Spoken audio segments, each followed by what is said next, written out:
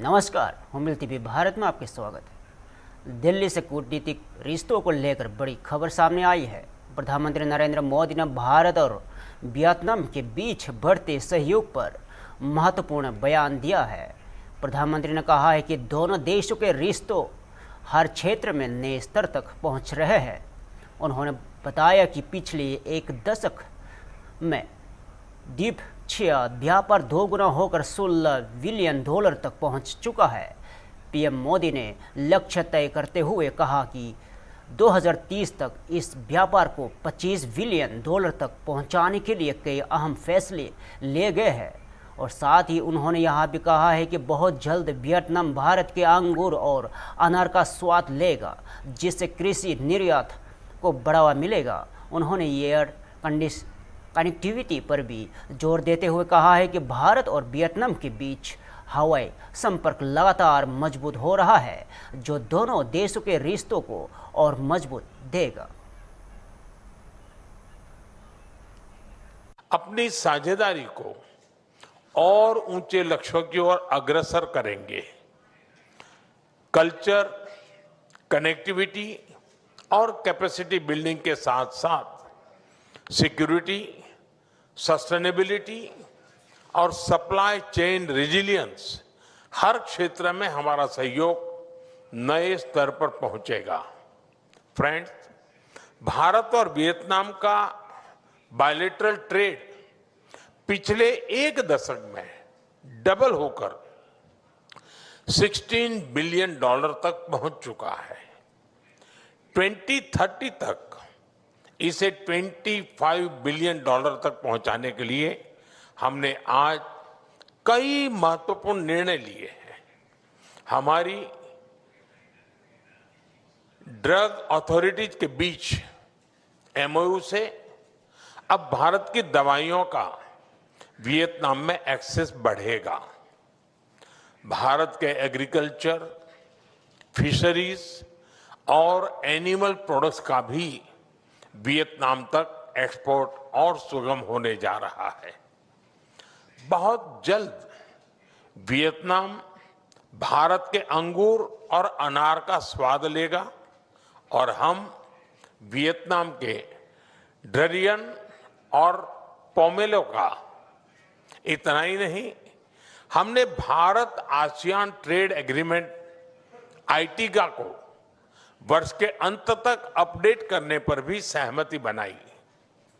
इससे भारत और आसियान के सभी देशों के बीच ट्रेड और इन्वेस्टमेंट को नई ऊर्जा मिलेगी।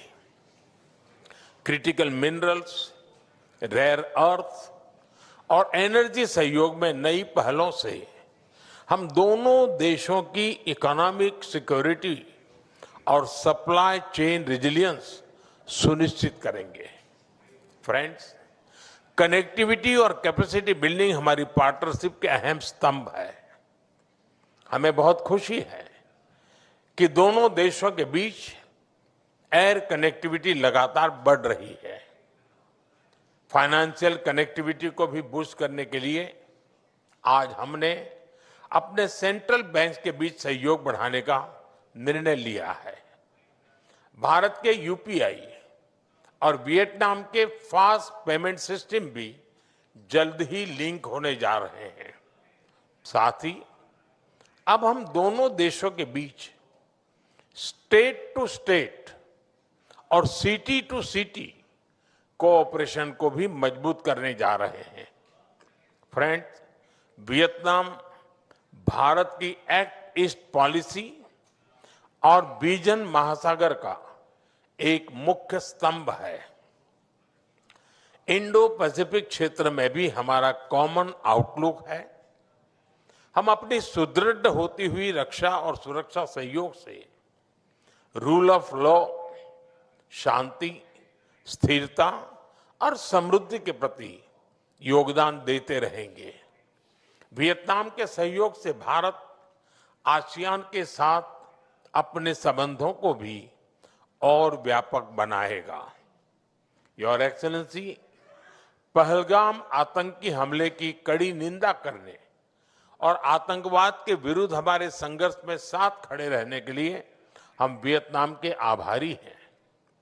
वैश्विक उथल-पुथल और आर्थिक चुनौतियों के इस दौर में अपने टैलेंट, गुड गवर्नेंस और इकोनॉमिक रिफॉर्म्स के बल पर भारत और वियतनाम दुनिया की सबसे तेजी से बढ़ती इकोनॉमीज के रूप में उभर रहे हैं। अब हमारी एनहांस स्ट्रेटेजिक पार्टनरशिप के माध्यम से हम एक दूसरे की रैपिड ग्रोथ के सहायक बनेंगे।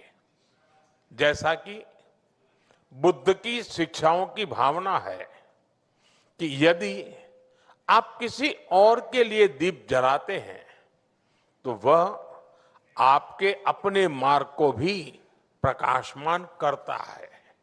इसी भावना के साथ हम एक दूसरे के विजन और गोल्स को सपोर्ट करते हुए विकसित राष्ट्र बनने की अपनी आकांक्षाओं को मिलकर साकार करेंगे। लखनऊ से बड़ी राजनीतिक प्रतिक्रिया सामने आई है। उत्तर प्रदेश सरकार में मंत्री दानिश आजाद अंसारी ने विपक्ष और एनडीए गठबंधन पर तीखा हमला बोला है। उन्होंने कहा है कि एक तरफ विपक्षी दल एनडीए गठबंधन की एकजुटता की बात करते हैं, वहीं दूसरी तरफ उसी गठबंधन के दल चुनाव के दौरान एक दूसरे का विरोध करते नजर आए। अंसारी ने आरोप लगाया कि विपक्ष के नेता जनता के फैसले पर सवाल उठा रहे हैं और अभी भी यह समझने को तैयार नहीं है कि जनता उन्हें क्यों नकार रही है। उन्होंने आगे कहा है कि लगातार आरोप प्रत्यारोप की राजनीति करके जनता को गुमराह करने की कोशिश की जा रही है, लेकिन जनता का विश्वास जीतने के लिए जमीन पर मेहनत करनी पड़ती है। अंसारी ने कहा है कि नरेंद्र मोदी पर जनता का भरोसा इसलिए है क्योंकि सरकार ईमानदारी से काम कर रही है। उन्होंने यह भी दावा किया है कि पश्चिम बंगाल जैसे नतीजे 2027 में उत्तर प्रदेश में भी देखने को मिलेंगे और समाजवादी पार्टी को और बड़ी हार का सामना करना पड़ेगा। इस बयान के बाद उत्तर प्रदेश और बंगाल की सियासत में हलचल और तेज हो गई है।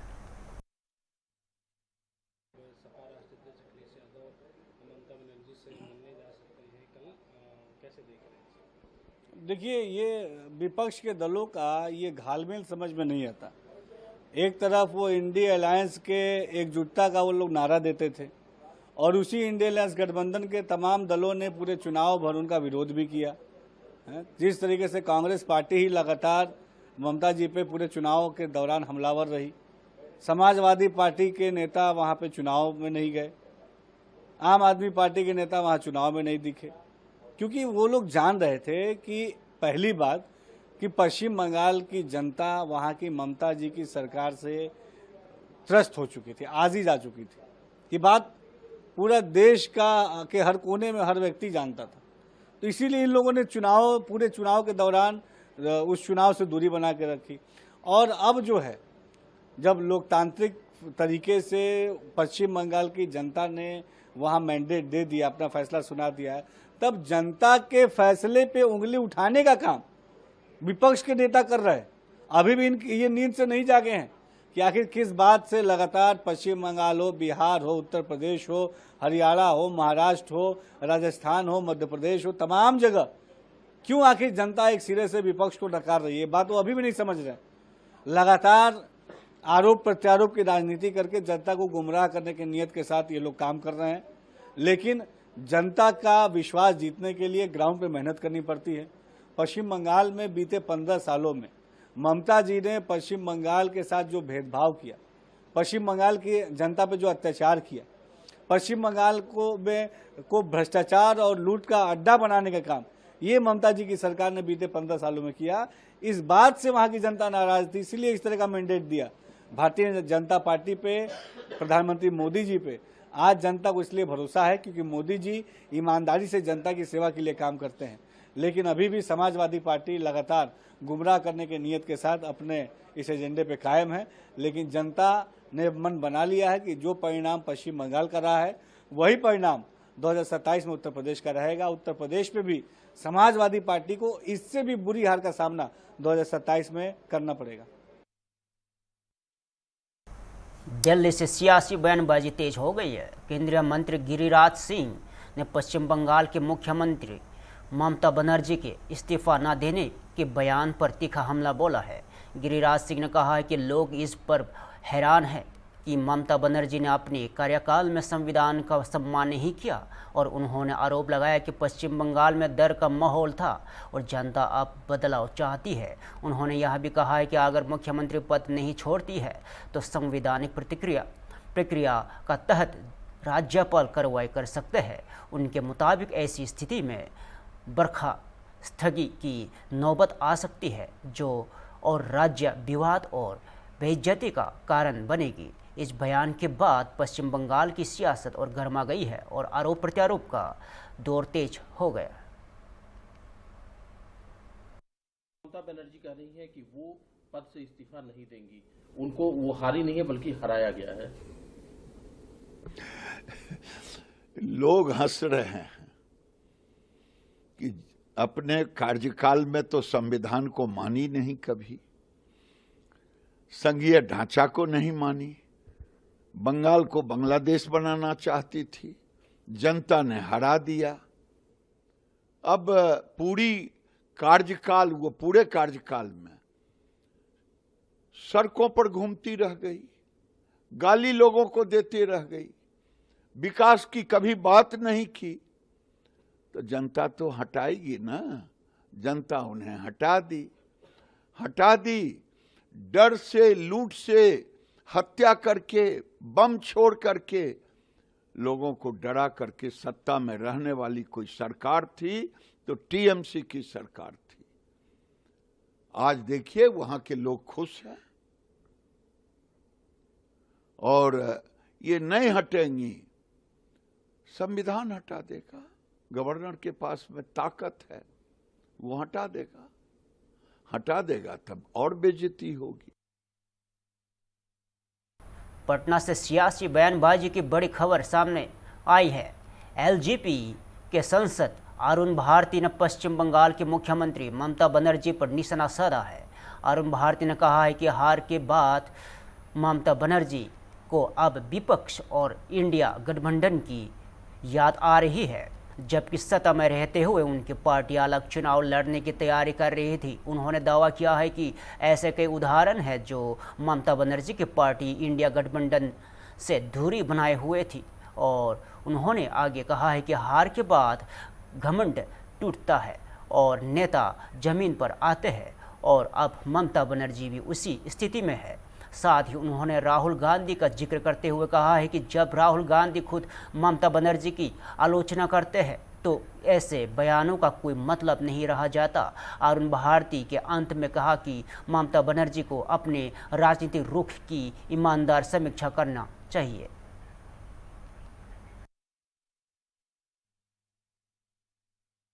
बीजेपी ने लड़ाई जीता है, मैं युद्ध जीतूंगी। ममता बनर्जी जब ये कहती हैं तो आज हारने के बाद उनको विपक्ष और इंडिया गठबंधन के सहयोग की याद आती है। जिस वक्त वो सत्ता में थी और चुनाव लड़ने की जब तैयारी चल रही थी, आप याद कीजिए, और कई मौक़ों पर उसको ज़रूरत थी कि वो अपने गठबंधन के साथ रहे।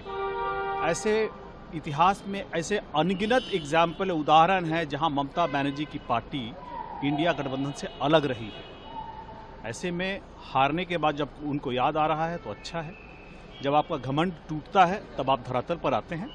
ममता बनर्जी भी आई हैं। एक तरफ ऐसा बयान कर रही है ममता बनर्जी और कांग्रेस के नेता अभी भी ममता बनर्जी को लेकर कह रहे हैं कि इंडिया अलायंस में चुनाव नहीं लड़के अपराध किया है ममता बनर्जी ने। देखिए, इन सारे बयानों का अब कोई मतलब नहीं रह जाता है जब खुद उनकी पार्टी के एक बड़े नेता, कद्दावर नेता राहुल गांधी आकर के बंगाल में खुद ममता बनर्जी जी की बुराई कर जाते हैं। ऐसे में इंडिया गठबंधन अपने औचित्य को लेकर के एक ईमानदार आकलन करे, ईमानदार समीक्षा करे कि क्या उनके अलग अलग समय पर चुनाव से पहले, चुनाव के दौरान, उसके बाद किए गए और दिए गए बयान जो हैं वो कहां तक उनके गठबंधन को मजबूत करते हैं या कमज़ोर करते हैं। इस बात पर एक ईमानदार आकलन करे, तब उनको स्वयं पता होगा कि अपने गठबंधन को लेकर के न कांग्रेस के राहुल गांधी जी, न टीएमसी के ममता बनर्जी इंडिया गठबंधन को लेकर के कोई ईमानदार प्रयास करते हैं, कोई ईमानदार बयानबाजी करते हैं। सर एक सवाल था, आंध्र प्रदेश की लड़की पटना आती है, पटना स्टेशन से देवड़ जाती है और उनके साथ गैंग रेप होता है कार में, कैसा देखते हैं? सरकार ने इसको संज्ञान में लिया है। इस पे जो उचित कानूनी कार्रवाई है वो हो रही है। पहले भी इस तरह की कोई भी घटना हुई है, खास करके एनडीए सरकार में, तो उसको संज्ञान में लेकर के सरकार ने सही काम किया है और जो भी कानूनी कार्रवाई होगी वो उचित की जाएगी, दोषियों को बख्शा नहीं जाएगा। कोलकाता से सियासी बयानबाजी की बड़ी खबर सामने आई है। मठा भंगा से बसपा के विजय उम्मीदवार निशीथ प्रामाणिक ने पश्चिम बंगाल के मुख्यमंत्री ममता बनर्जी के इस्तीफा न देने के बयान पर तीखा हमला बोला और निशीथ प्रामाणिक ने कहा है कि ममता बनर्जी सत्ता की लालची है और पिछले 15 सालों में उन्होंने बंगाल को कंगाल बना दिया है और उन्होंने कहा है कि जनता अब बदलाव चाहती है और मुख्यमंत्री से पद छोड़ने की मांग कर रही है, लेकिन वे जाने को तैयार नहीं है। इस बयान के बाद राज्य की सियासत और गर्मा गई है, जहां चुनावी नतीजों और जनादेश को लेकर लगातार आरोप प्रत्यारोप का दौर जारी है।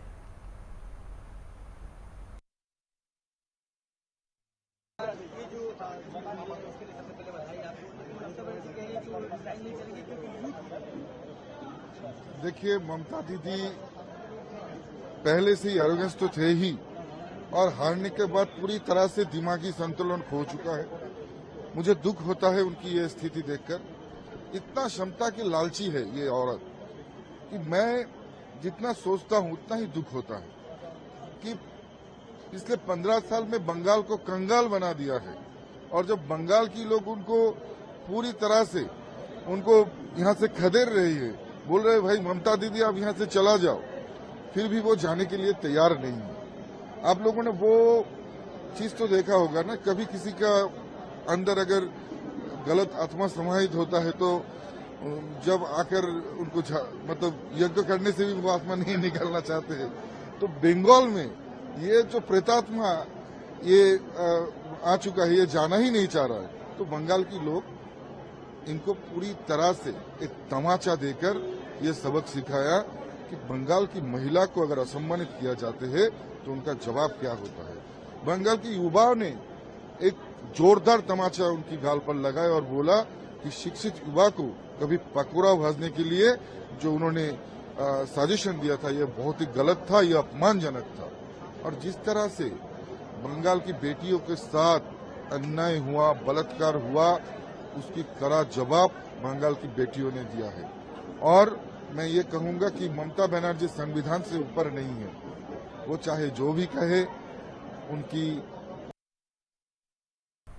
दिल्ली से सियासी बयानबाजी तेज हो गई है। बसपा नेता तरुण चुग ने पश्चिम बंगाल के मुख्यमंत्री ममता बनर्जी पर तीखा हमला बोला है। तरुण चुग ने कहा है कि जब चुनाव आयोग और ईवीएम के जरिए सत्ता मिलती है तो सब ठीक लगता है, लेकिन हार के बाद उन्हीं संस्थाओं पर सवाल उठाए जाते हैं। उन्होंने कहा है कि भारत का लोकतंत्र किसी एक व्यक्ति की जागीर नहीं है और जनता का फैसला ही अंतिम होता है। इस बयान के बाद राजनीति माहौल और गर्मा गया है और जहां चुनावी नतीजों और लोकतांत्रिक संस्थाओं को लेकर बहस तेज होती नजर आ रही है। दूंगी क्योंकि मैं नैतिक तौर पे हारी नहीं हूँ, मुझे हराया। ममता जी को ये चुनाव आयोग और ईवीएम सीएम बनाए तो चुनाव आयोग और ईवीएम ठीक है, और आप चुनाव हार गए, जनता ने आपको सजा दी तो ईवीएम और चुनाव आयोग दोनों ठीक नहीं है। भारत का लोकतंत्र किसी एक व्यक्ति की जागीर नहीं है, उसकी तानाशाही की जागीर नहीं है।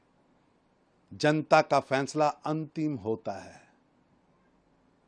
और उसे स्वीकार करना ही लोकतंत्र है। बल्कि अहंकार में बैठी ममता बनर्जी एक तानाशाह की तरह व्यवहार कर रही है। पश्चिम बंगाल की जनता ने साफ संदेश देकर अहंकारी, निर्ममता से, जिहादी मानसिकता से सरकार चलाने वाली ममता बनर्जी को सत्ता से बाहर कर दिया। लेकिन उनका कुर्सी से चिपके रहना लोकतंत्र का खुला।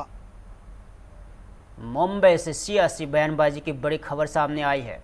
शिवसेना नेता संजय निरुपम ने पश्चिम बंगाल के मुख्यमंत्री ममता बनर्जी के इस्तीफा न देने के बयान पर तीखी प्रतिक्रिया दी है। संजय निरुपम ने कहा है कि ममता बनर्जी का यह रुख शर्मनाक नाटक है जैसा है और उन्होंने कहा है कि देश में चुनाव संविधान के तहत होते हैं और इसकी जिम्मेदारी चुनाव आयोग की होती है। उन्होंने दावा किया है कि चुनाव के बाद सत्ता परिवर्तन तय है और संविधान के मुताबिक मुख्यमंत्री को इस्तीफा देना ही पड़ेगा। साथ ही उन्होंने यह भी कहा है कि अगर इस्तीफा नहीं दिया जाता है तो बर्खास्तगी का विकल्प भी मौजूद है। और निरुपम ने कहा कि यहाँ ममता बनर्जी को तय करना होगा कि वे गरिमा के साथ इस्तीफा देती है या फिर बर्खास्तगी का सामना करना पड़ती है। और इस बयान के बाद राजनीतिक माहौल और गर्मा गया है और पश्चिम बंगाल की सियासत में आरोप प्रत्यारोप का दौर तेज हो गया है। नहीं दूंगी, राजभवन नहीं जाऊंगी और जिस तरह से ये बीजेपी और इलेक्शन कमीशन ने मिलकर ये सब किया है। पश्चिम बंगाल की निवर्तमान मुख्यमंत्री सुश्री ममता बनर्जी एक बहुत ही शर्मनाक नाटक कर रही हैं। भारत में एक संविधान है और संविधान के हिसाब से देश में चुनाव होते हैं और चुनाव कराने की जिम्मेदारी चुनाव आयोग की होती है। साफ सुथरे ढंग से बगैर किसी हिंसक घटना के पश्चिम बंगाल में चुनाव हुए और उन चुनाव के बाद उनकी सत्ता जा रही है। मतलब भारतीय जनता पार्टी को एक जबरदस्त बहुमत मिली है। अब संविधानतः उनको अपने पद से इस्तीफा देना ही पड़ेगा और अगर इस्तीफा नहीं देंगी तो उनको बर्खास्त करने का भी एक विकल्प है। तो अब ममता दीदी बर्खास्त होना चाहती हैं या ग्रेसफुली राजभवन जाकर के अपनी तरफ से अपना इस्तीफा सौंपना चाहती है, उनको तय करना पड़ेगा। दुर्भाग्यपूर्ण बात यह है कि विरोधी पक्ष में बैठे जो तमाम नेता हैं, जब वो दिल्ली से बड़ी राजनीतिक प्रतिक्रिया सामने आई है। बसपा नेता राघव चड्ढा ने पंजाब में हुए 2 बम धमाकों को लेकर बड़ी प्रतिक्रिया दी है। उन्होंने बताया है कि जालंधर और अमृतसर में हुए धमाकों की घटना निंदनीय है और यह पंजाब की शांति और अमन को बिगाड़ने की कोशिश है। उन्होंने कहा है कि शुरुआती जांच में पंजाब के डीजीपी ने इस घटना के पीछे ISI का हाथ बताया है। और राघव चड्ढा ने पंजाब के मुख्यमंत्री पर निशाना साधते हुए कहा है कि एक तरफ जांच एजेंसियों और ISI की भूमिका की बात कर रही है, वही दूसरी तरफ मुख्यमंत्री इसका ठीकरा बसपा पर फोड़ रहे हैं। उन्होंने सवाल उठाया है कि आखिर पंजाब के मुख्यमंत्री ISI को क्लीन चिट क्यों देना चाहते हैं और क्या राजनीतिक दुश्मनी इतनी बढ़ गई है कि ऐसे बयान दिए जा रहे हैं। इस बयान के बाद पंजाब की सियासत में हलचल तेज हो गई है और बम धमाकों को लेकर आरोप प्रत्यारोप का दौर जारी है। में पंजाब में 2 बहुत खतरनाक वारदातें हुई हैं, 2 बॉम्ब ब्लास्ट हुए हैं, एक जालंधर में, एक अमृतसर में। हम इसे कंडेम करते हैं। स्थिति बहुत सेंसिटिव है, चिंताजनक है और सीधे तौर पर ये बॉम्ब ब्लास्ट पंजाब की अमन और शांति से एक प्रकार का खिलवाड़ करने की कोशिश है।